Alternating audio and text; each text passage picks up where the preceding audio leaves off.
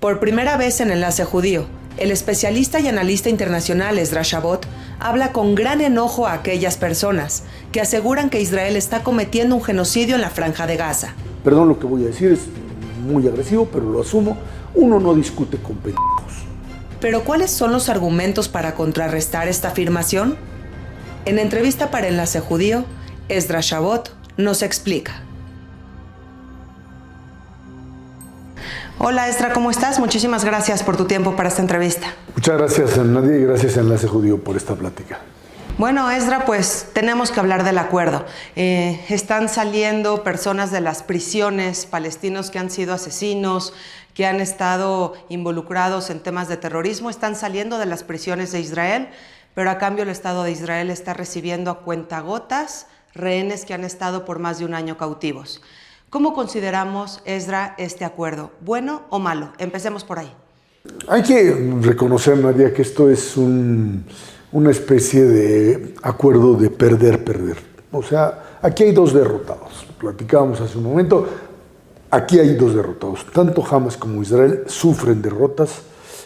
La victoria israelí tendrá que manejarse a partir del retorno de todos los secuestrados, vivos y muertos. Pero digamos, una especie de realidad a la cual se pudo tener acceso hace 6 o 8 meses. Uno diría, ¿por qué? Hamas rechazó. Netanyahu tiene un cálculo político diferente con respecto a si puede o no permanecer en el poder. En otras condiciones, en otro momento, no hay gobierno que, habiendo sufrido lo que pues finalmente vivió Israel, esta derrota o esta masacre de miles de israelíes en un día, 1.200, 1.500, no hay gobierno que pueda sostenerse.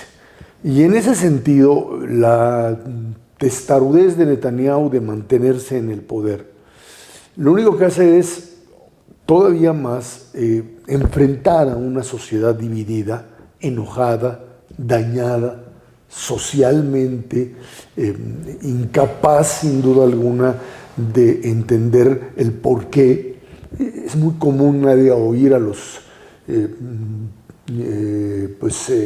padres, hijos de aquellos o que están secuestrados o que murieron, que fueron asesinados durante el 7 de octubre, decir, yo lo único que quiero es que me expliquen qué pasó, que me digan qué pasó, que me den todos los datos minuto a minuto. Quieren un poco esa idea para poder seguir adelante.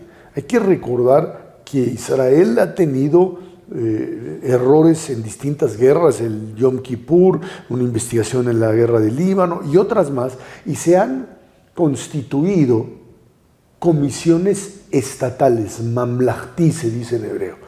¿Qué son? Comisiones formadas por jueces que hoy son descartados, desechados por el propio gobierno, que son los que establecen equipos técnicos para que digan qué fue lo que pasó, dónde estuvo el error, y si este llega o no hasta la base que es la dirección política.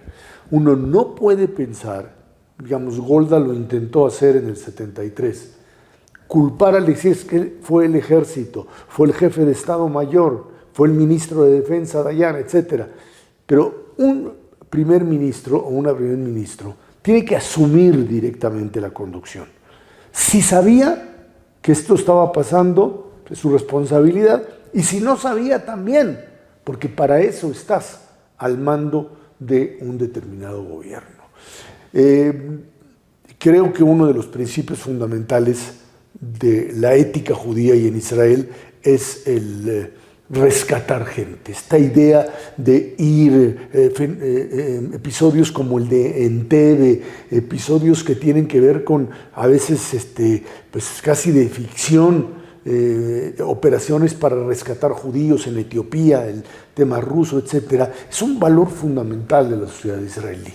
Y en ese sentido, la discusión, y esto creo que es muy importante, La discusión con respecto a, es que si liberas a estos criminales que mataron a un montón de gente, lo van a volver a hacer. Tu cálculo no puede ser ese, no ha sido nunca ese. Cuando liberan a Gilad Shalit, a este soldado israelí que fue secuestrado y mantenido por años, y llegan a la conclusión que hay que soltar a Sinwar, y dicen, ya ves, estos son los culpables, porque lo soltaron. No, señores. El problema radica fundamentalmente en que una vez que tú liberas a esta gente, tú tienes que entender que tienes que cambiar la estrategia en términos de vigilancia, en términos de control. Que estás liberando por razones de Estado, que es salvar a la gente, a criminales y asesinos sobre los cuales tienes que establecer mecanismos de defensa y no suponer que como ya están, que fue lo que hizo el gobierno israelí, como ya están en Gaza con mucho dinero, con situaciones cada vez de mejora económica, apoyo israelí, etcétera, no van a venir a atacarte, a pesar de que su objetivo fundamental es la destrucción de Israel y el genocidio, el asesinato de todos los judíos. Eso es lo que está establecido en la carta de Hamas, de los grupos fundamentalistas apoyados por Irán. En ese sentido, yo creo que este es un acuerdo bueno, desgraciadamente, pues ahora sí que fuera de tiempo. No fuera de tiempo porque se han salvado y se van a salvar más personas, pero creo que el objetivo principal, y eso lo asume una buena parte de la sociedad israelí, era rescatar la mayor cantidad, pagar el costo de la liberación y establecer una estrategia posterior para controlar, para ver qué vas a hacer con Gaza el día de después. No se sabe hoy qué va a pasar con Gaza. Desde las locuras de Trump que dice, pues ¿por qué no tomamos a toda la población de Gaza y la dividimos entre Egipto y Jordania? Cosas que pues sí, imaginariamente suenan pues viables, positivas. Ya no existe eso. Desde el fin de la Segunda Guerra Mundial, la posibilidad de obligar a población a ser transferida de un lugar a otro termina convirtiéndose en una violación internacional que no se puede procesar. El acuerdo es bueno y esperemos se cumpla independientemente del alto costo que se tiene que hacer. La pérdida de más de 400 soldados israelíes desde el inicio de la operación, desde el inicio de la guerra, lo que hace es justificar no el hecho de que como ya murieron esta cantidad de soldados, ahora hay que seguir sacrificando más. ¿Para qué? Para anexar, para tener el control, o finalmente justificar ante las familias que los perdieron que gracias a su sacrificio Israel puede vivir de aquí en adelante en forma mucho más segura y que el propio grupo Hamas tenderá obviamente a desintegrarse porque establecerás otros mecanismos de control. Suponer, este lema de hasta la victoria total, después de 15 meses, es absurdo seguir hablando de esto porque lo que quedó claro es que el potencial militar de Hamas que le permitiste construir no hace posible una estrategia, por más profesional y poderoso que sea el ejército israelí, de terminar el control. Los vimos en las escenas de los actos de liberación de las soldadas o de los civiles. Salen todavía con ametralladoras, salen todavía festejando. Hay una fuerza que domina todavía en términos políticos Gaza y se llama Hamas. Es lamentable, pero sobre todo desesperanzador, Esdra.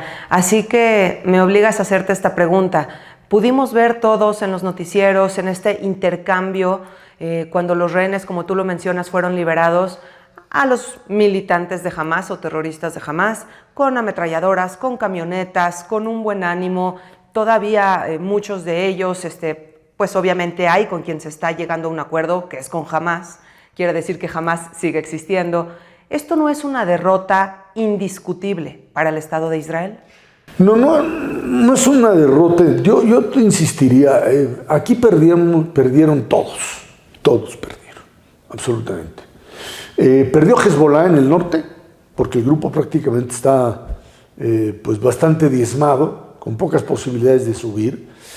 Perdió Siria, o sea, la Siria de Bashar Assad pierde también, porque termina cayendo él por efecto de la propia guerra, y es una gran derrota, y ahora veremos qué hay en Siria, si el nuevo liderazgo es de verdad capaz de dejar su vieja ideología yihadista y convertirse en parte de un acuerdo de convivencia. Perdió, por supuesto, Líbano como país, a pesar de que hoy tiene una oportunidad, a ver si la aprovecha, de reconstruirse. O sea, este tipo de guerras son guerras donde todos pierden. Israel perdió, sin duda alguna, por su incapacidad de prever y de asumir claramente el riesgo que implicaba ver a un Hamas bien armado, con mucho dinero y muchos, digamos, conexiones por todo el mundo, y suponer que nada iba a pasar, por no escuchar a estas heroínas, las observadoras Tatzpitaniot, que un día tras día informaban de movimientos, soldados que lo hicieron igualmente y que nadie les hizo caso. Por eso hoy prácticamente todo el aparato militar renunció, el jefe de Estado Mayor, comandantes de todo tipo que asumen la responsabilidad, lo dicen abiertamente, y como tal creo que sí es una derrota para Israel. Esto no es el triunfo, te lo dije hace un momento y te lo repito, va a ser ver a la mayor cantidad de prisioneros liberados. Eso es la bandera de triunfo para Israel. Es una gran paradoja, porque todos salen, Hamas sale con pues, banderas de triunfo cuando ha sido verdaderamente derrotado. Bueno, Assad ya no, pero incluso los propios liderazgos de Hezbollah e Irán, que es otro derrotado. Te insisto, esto es un reacomodo de fuerzas dentro del Medio Oriente. Para Israel sí es un antes y un después. O sea, ni la guerra de Yom Kippur, con la sorpresa que generaron los egipcios en ese momento, se puede comparar con lo que sucedió el 7 de octubre. Y esto es quizá lo que hay que entender claramente, que fuimos sorprendidos por una fuerza que abiertamente nos estaba avisando que quería hacernos pedazos, que quería destruir a Israel y acabar con los judíos como modelo. Ese era su objetivo central.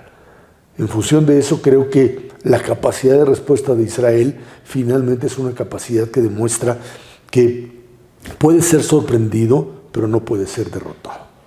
Esdras, supongamos que el acuerdo se lleva a cabo y se concluye con éxito a lo largo de 42 días, sin interrupciones.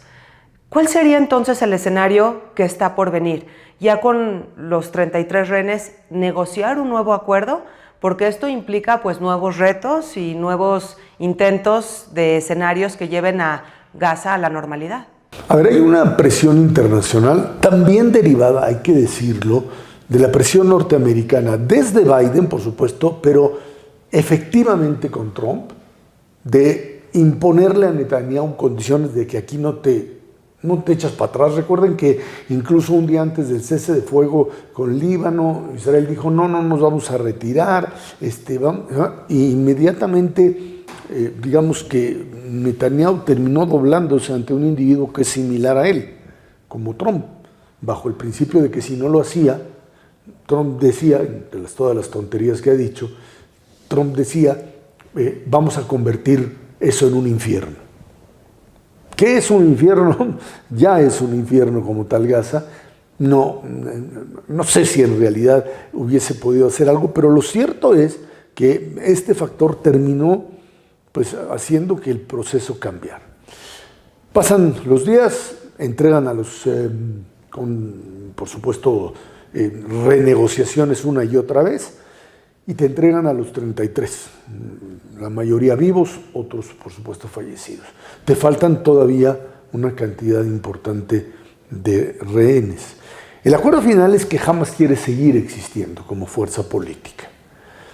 Y Israel no acepta que esto suceda de esa manera.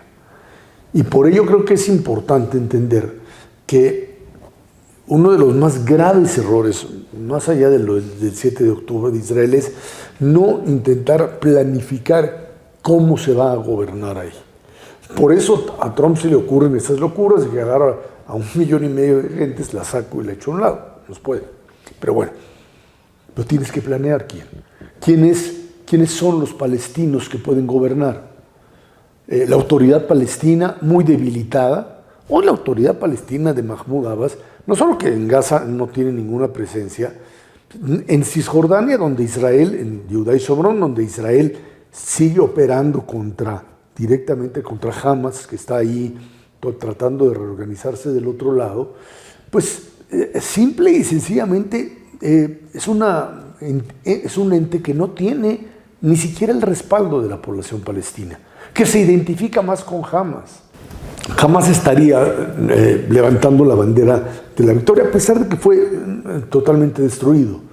Y tiene todavía tiene una popularidad enorme. El 7 de octubre para ellos representó una victoria como nunca la han tenido. Frente a lo que ellos consideran la gran tragedia, la Nakba del 48, el 7 de octubre es algo así como la revancha que finalmente tuvieron y una victoria en términos históricos.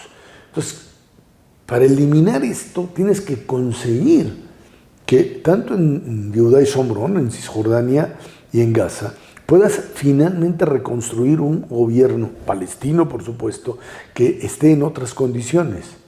Una autoridad palestina que se tienen que esconder en Ramallah, en Jenin, no pueden salir porque la gente los busca, los apalea, los apedrea, porque son considerados como traidores frente a un Hamas que tiene, a pesar de la derrota, una fuerza enorme dentro de esta población palestina. Es muy complicado, nadie puede aparecer y darte soluciones ni mágicas ni claras de cómo proceder, pero lo que es cierto es que ni esa población se va a ir de ahí e Israel seguirá existiendo y tenemos que encontrar algún mecanismo para restablecer la convivencia. Esdra, ha existido el debate en los últimos meses de si Israel está cometiendo un genocidio o no. Yo de manera particular ya tuve ahí un encuentro desafortunado. ¿Por qué la gente que dice que es un genocidio está en un error? Explícanos, por favor, con temas académicos, con todas las herramientas. A ver, creo que es importante entender claramente una definición de genocidio. Primero, el genocidio es la persecución y el exterminio intencionado, maquinado, sistematizado de una población por cuestiones culturales, religiosas, étnicas, nacionales. El genocidio de los armenios por los turcos otomanos, iban sobre turcos, sobre armenios para destruirlos, para exterminarlos, y establecieron mecanismos de fusilamientos masivos para hacerlo. Eso es un genocidio. El tema del holocausto, de la Shoah, sobrepasa el límite del genocidio, porque los genocidios se ubican fundamentalmente en determinadas zonas. Después vimos genocidios en Bosnia-Herzegovina, vimos genocidios en Serbia o en Croacia. O sea, la intención de exterminar a la población, hombres, mujeres, niños, sin distinción alguna. Eso es lo que se define genocidio. En el Holocausto, les decía, sobrepasa los límites porque ahí estaban buscando asesinar y matar a los judíos en todos lados. No importaba, no se trataba de un asunto nacional, se trataba de un asunto étnico, religioso nacional, ¿sí? Y a partir de ahí el intento de exterminio. Los que han exterminado, en el mundo árabe ha habido procesos de exterminio, de genocidio, el de los kurdos, por ejemplo, tanto con Saddam Hussein como con Hafez Assad, el papá de Bashar Assad, cuando, por ejemplo, en los años 60, si no me recuerdo mal, 60 o 70, en la ciudad de Hama, en Siria, decidieron que toda una población que era contraria al régimen tenía que desaparecer.